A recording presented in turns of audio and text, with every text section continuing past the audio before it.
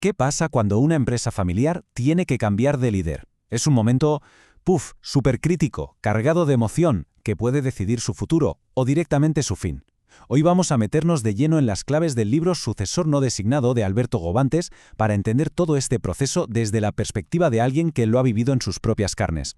A ver, para empezar vamos a soltar una de esas frases que duelen, un cliché que seguro que a más de uno le suena. Esta es una de las muchas ideas que el autor combate. Pero, seamos sinceros, ¿cuánto hay de mito aquí y cuánto de una realidad que, quizás, se puede evitar? Vamos a descubrirlo. Y esto nos lleva a un miedo casi legendario en el mundo de la empresa. Seguro que lo habéis oído alguna vez. Se le conoce como la maldición de la tercera generación. Y bueno, es una estadística bastante sombría que demuestra lo increíblemente difícil que es mantener vivo un legado familiar. Este dicho popular, vamos, lo clava, encapsula el problema a la perfección. Y no es solo una frase hecha, es una estadística temida y un ciclo que el libro se propone romper de una vez por todas, ofreciendo un método para planificar y evitar que todo se vaya al traste. Pero ¿cómo se rompe esta maldición? Pues la gracia de este libro, la clave de todo, está en quién nos lo cuenta. No es un consultor externo con sus teorías y sus gráficos, sino alguien que ha vivido esta lucha desde dentro, vamos, desde las trincheras de su propia empresa familiar. Ojo, que Alberto Gobantes no habla de oídas. Se ha pasado más de 30 años en Normon, la empresa familiar.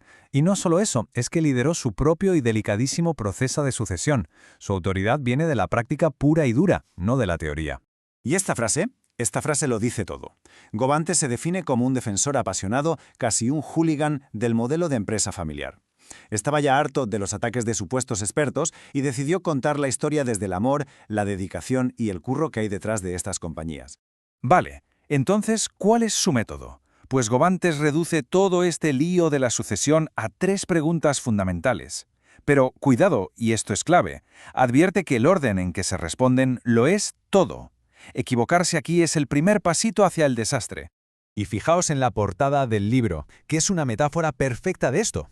El proceso de sucesión es como un puzzle súper complejo donde hay que encontrar la pieza correcta, la que encaja y da continuidad al proyecto. Es una búsqueda estratégica, no una imposición a dedo. Aquí están por qué, cuándo y cómo.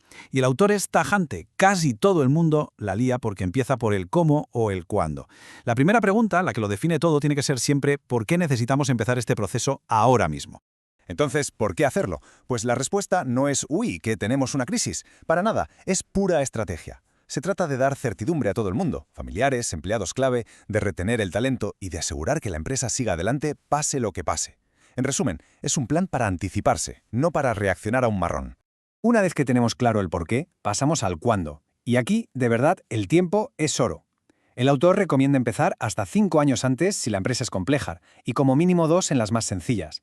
La lección es clarísima. La sucesión, jamás de los jamases, se debe hacer con prisas. Y finalmente llegamos al cómo. La clave es que sea un proceso participativo, transparente. Todas las ramas de la familia tienen el derecho y la obligación de meterse en el ajo. Y ojo a este detallazo. Lo ideal es que lo lidere un miembro de la familia que conozca el percal a fondo, pero que no sea uno de los posibles candidatos. Así se garantiza la imparcialidad. Pero claro, gestionar todo este lío, que está lleno de emociones, ¿cómo se hace? Pues existe una herramienta diseñada justo para esto. Aunque parezca increíble, muy pocas empresas la usan: el protocolo familiar. Pensemos que son básicamente las reglas del juego para todos. A ver, para que nos entendamos, el protocolo es como la constitución de la familia empresaria. Es un pacto, un acuerdo al que llegan todos y que define desde quién puede trabajar en la empresa hasta cómo se reparten los dividendos o cómo se gestionan los conflictos. Y aquí viene un dato que de verdad es para alucinar. A pesar de lo importantísimo que es, menos de un 20% de las empresas familiares en España tiene uno. Esto significa que la gran mayoría va navegando sin un mapa claro, muchas veces por miedo a tener conversaciones que son un poco incómodas. Una apuesta muy arriesgada.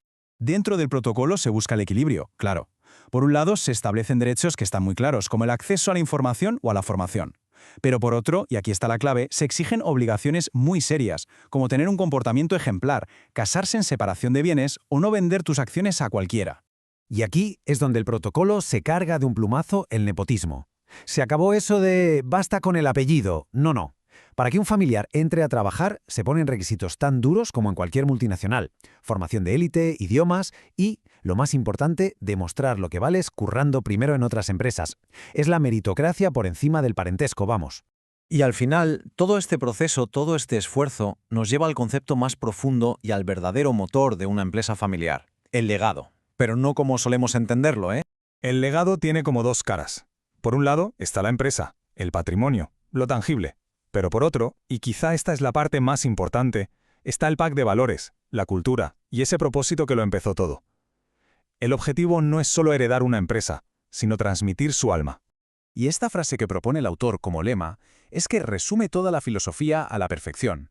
No se trata de mantener las cosas como están, sino de mejorarlas.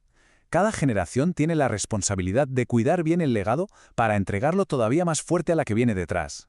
Al final, la pregunta que se queda flotando en el aire va mucho más allá de las finanzas o los organigramas. ¿Está el propósito de una empresa familiar, su cultura, sus valores, preparado para sobrevivir a sus fundadores? El futuro de ese legado depende, totalmente, de la respuesta.